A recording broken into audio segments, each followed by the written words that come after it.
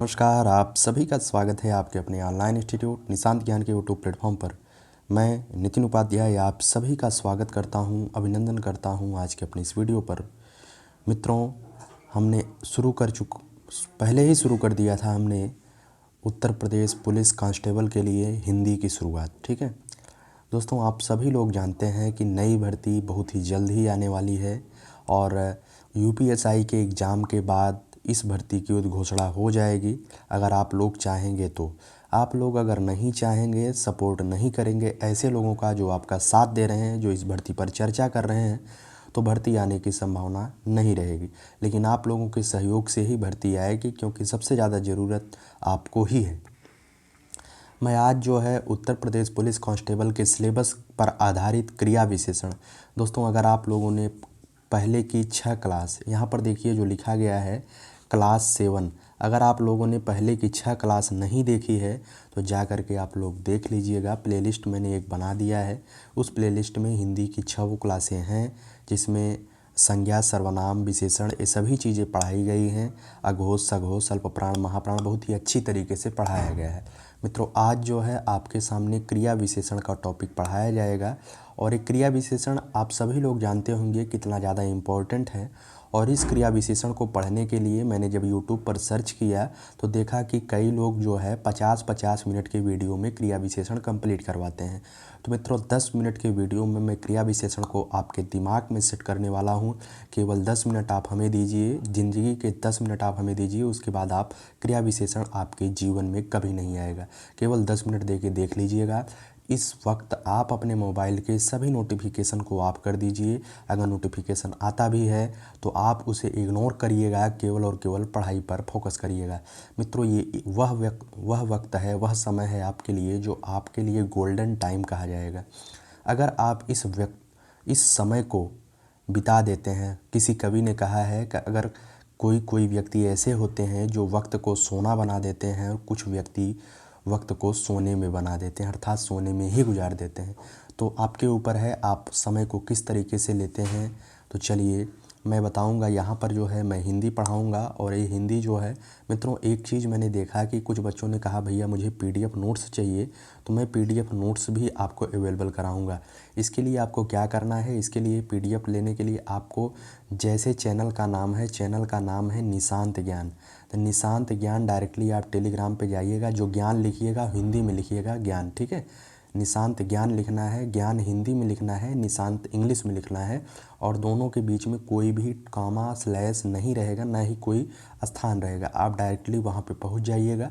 वहाँ पे आप लोग टेलीग्राम को ज्वाइन करके ले लीजिएगा पीडीएफ नोट्स, ठीक है। आइए चलिए शुरुआत करते हैं क्रिया विशेषण को। मित्रों, क्रिया विशेषण की सबसे पहले परिभाषा जानने का हम प्रयास करते हैं कि क्रिया विशेषण की परिभाषा क्या होती है, ठीक है। परिभाषा होती है क्रिया। क्रिया मतलब क्या है? क्रिया मतलब मैंने आपको पहले ही पढ़ा दिया है, जिससे काम होने का बोध होता है, वो क्या होता है? क्रिया। और विशेषण मैंने पहले ही बता दिया है, जो नाउन की विशेषता बताते हैं उसे विशेषण कहते हैं, ठीक है। लेकिन यहाँ पर क्रिया विशेषण लिखा गया है तो इसका मतलब क्या हुआ? ऐसे शब्द जो क्रिया की विशेषता बताते हैं वो क्या कहलाएंगे? क्रिया विशेषण कहलाएंगे। परिभाषा देखिएगा, जो शब्द क्रिया की विशेषता प्रकट करते हैं उन्हें क्रिया विशेषण कहा जाता है, ठीक है। जो शब्द क्रिया की विशेषता प्रकट करते हैं उन्हें क्या कहा जाता है? क्रिया विशेषण कहा जाता है। जैसे उदाहरण के लिए एक उदाहरण मैंने लिखा है धीरे चलो। क्या लिखा गया है? धीरे चलो। अब यहाँ पर देखिएगा, चलना क्या है? यहाँ पर चलना जो है एक क्रिया है। क्या है? क्रिया है, ठीक है। चलना क्या है? आप सभी लोग जानते हैं चलना जो है एक क्रिया है। लेकिन यहाँ पर देखिएगा, धीरे, किसी से कहा गया चलो लेकिन धीरे चलो, ठीक है। तो चलने की विशेषता है कि धीरे चलना, ठीक है। चलना क्रिया है और चलने की विशेषता है धीरे। अर्थात जो धीरे शब्द यहाँ पर है, यहाँ पर देखिएगा जो धीरे शब्द है वो क्या है? क्रिया विशेषण है, ठीक है। जो धीरे शब्द हो क्या है? क्रिया विशेषण है। ऐसे शब्द जो क्रिया की विशेषता बताते हैं, क्रिया के बारे में कुछ फोकस करते हैं, क्रिया के बारे में फोकस करते हुए कुछ बातें बताते हैं, उन्हें क्या कहते हैं? क्रिया विशेषण कहते हैं, ठीक है। क्रिया विशेषण कितने प्रकार के होते हैं? तो क्रिया विशेषण मित्रों कितने प्रकार के होते हैं? 4 प्रकार के होते हैं, ठीक है। अब आइए उन चारों प्रकारों का हम अध्ययन कर लेते हैं, उसके बाद एक एक प्रकार पे अच्छे से डिस्कस कर लेते हैं, ठीक है। क्रिया विशेषण कितने प्रकार के होते हैं? 4 प्रकार के होते हैं। सबसे पहला क्रिया विशेषण है कालवाचक क्रिया विशेषण। क्या है? कालवाचक क्रिया विशेषण। कालवाचक का मतलब क्या है? जहाँ पर काल मतलब समय, जहाँ पर समय आता है उस समय बताता है, ठीक है। स्थानवाचक का मतलब जहाँ पर स्थान बताया जाएगा वो स्थानवाचक रहेगा। परिमाणवाचक का मतलब जहाँ पर परिमाण मतलब जहाँ पर नाप तौल की बात की जाएगी उसे परिमाणवाचक कहा जाएगा। और जहाँ पर रीति से संबंधित बात की जाएगी वो क्या होगा?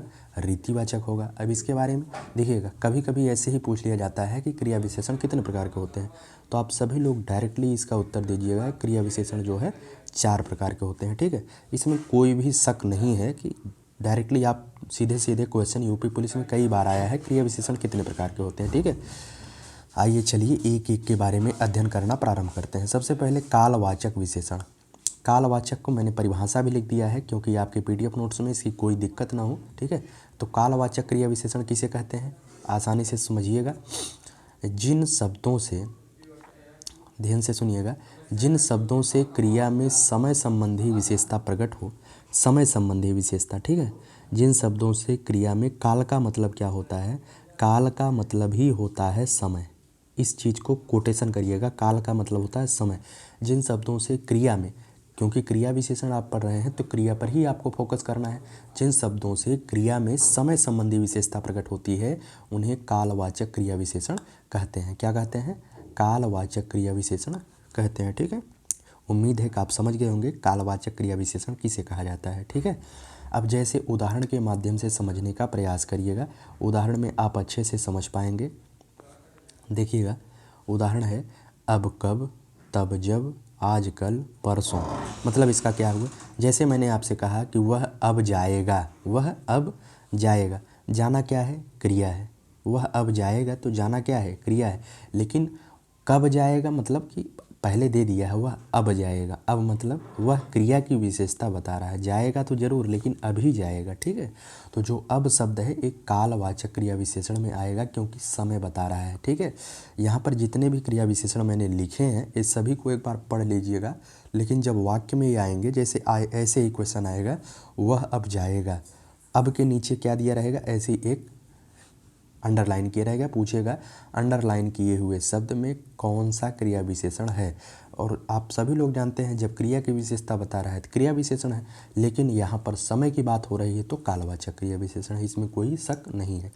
यहाँ पर कामा नहीं लगा पाए हैं, कामा लगा लीजिएगा। अब, कब, तब, जब, आज, कल, परसों, सुबह, वह सुबह जाएगा तब भी कालवाचक, वह दोपहर जाएगा, शाम, अभी अभी जा रहा है, कभी कभी वह जाता है, वह कभी न कभी ज़रूर जाएगा, वह सदा ही ऐसा करता है, वह सर्वदा ये काम करता है, वह सदैव आगे चलता है, वह पहले ही आता है, वह पीछे जाता है, वह नित्य यह काम करता है।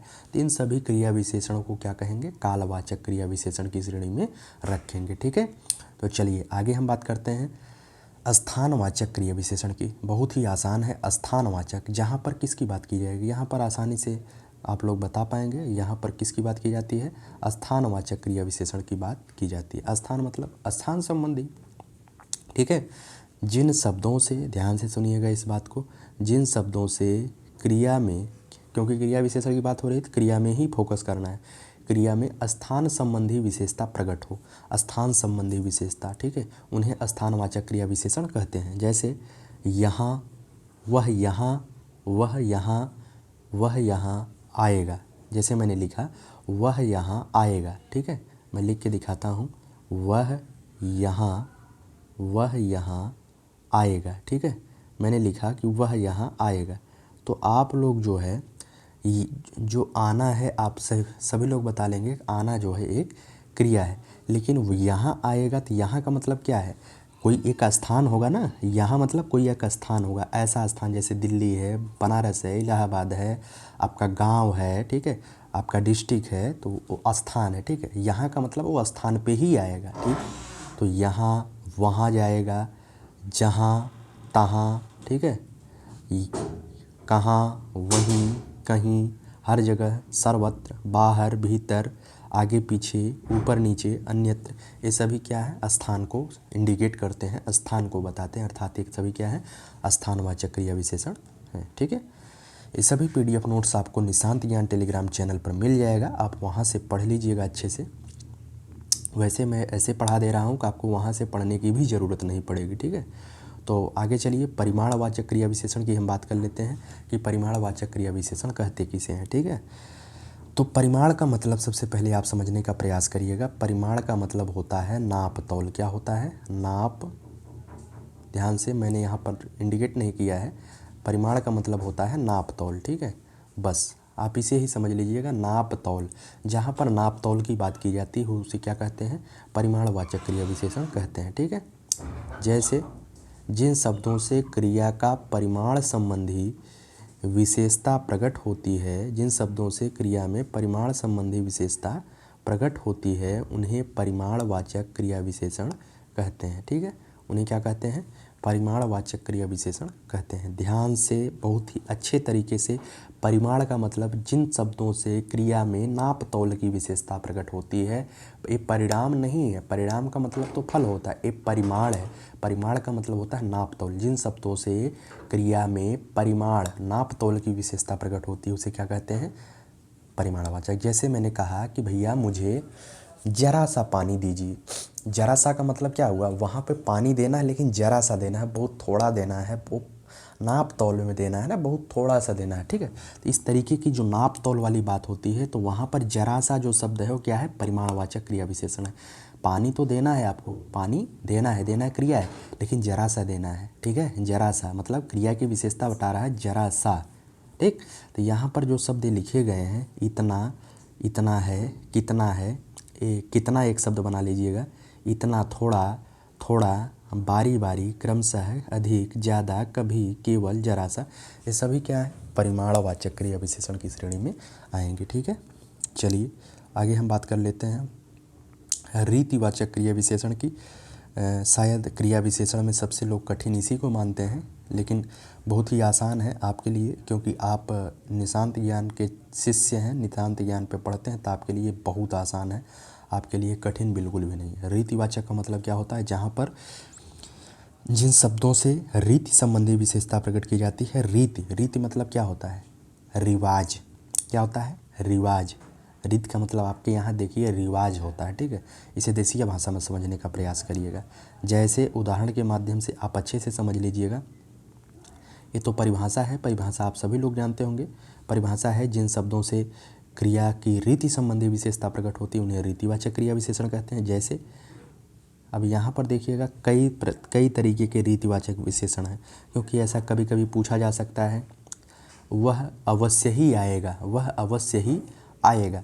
तो अवश्य में अंडरलाइन करके पूछ लिया जाएगा कि अवश्य कैसा क्रिया विशेषण है, तो वहाँ पर निश्चयवाचक क्रिया विशेषण लिखा जा सकता है। तो यहाँ पर ध्यान रखिएगा, रीतिवाचक तो है कि वह आएगा, जरूर आएगा, रिवाज है, ऐसा होता है, ठीक है। लेकिन यहाँ पर देखिएगा प्रकार से संबंधित होते हैं, ऐसे, कैसे, वैसे, मानो, ठीक है। और यहाँ पर निश्चय से संबंधित जो निश्चय होता है, अवश्य होता है, बेशक होता है, सचमुच, जरूर। तो ये जो शब्द होते हैं वो निश्चय की श्रेणी में आते हैं। अलबत्ता भी निश्चय की श्रेणी में आता है, ध्यान रखिएगा।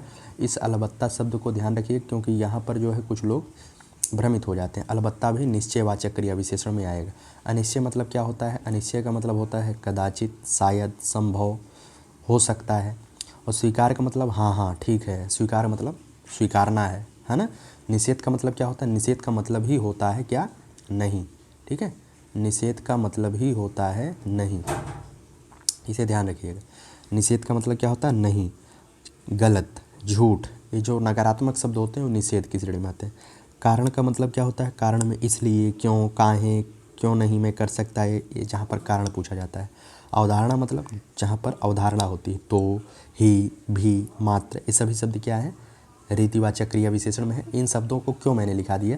क्योंकि कारण से धारण से, अवधारणा से संबंधित कभी कभी ऐसे क्वेश्चन पूछ लिए जाते हैं कि ये कौन सा विशेषण है, वहाँ पर रीतिवाचक दिया ही नहीं रहता है, तो आप सभी लोग कंफ्यूज हो जाएंगे कि भैया रीतिवाचक तो है ही नहीं, तो कौन सा क्रिया विशेषण है? तो अवधारणा जो है अवधारणावाचक क्रिया विशेषण है। कभी कभी ऐसा भी पूछा गया है पिछली परीक्षाओं में, इस वजह से मैंने लिख दिया है। तो अभी तक आपने क्या नहीं किया है? आपने अभी तक चैनल को सब्सक्राइब नहीं किया है, तो आप सभी लोग जाइए और चैनल को सब्सक्राइब कर लीजिए, क्योंकि यहाँ पर आपको जो है एक सीट आपकी कंफर्म कराई जाएगी, ठीक है। और उम्मीद है कि आप सभी लोग अच्छे से मेहनत कर रहे होंगे और ज़्यादा से ज़्यादा बच्चों को जोड़ने का प्रयास करिए, क्योंकि यह आपका अपना परिवार है। इसको आगे ले जाने की जिम्मेदारी आप ही की है। ठीक है, धन्यवाद आप सभी का। पूरे 5 मिनट 10 मिनट के अंदर पूरा क्रिया विशेषण कैंसिल। ठीक है, आपकी ज़िंदगी में नहीं आएगा। PDF नोट्स निशांत ज्ञान टेलीग्राम चैनल पे मिल जाएगा। धन्यवाद आपका।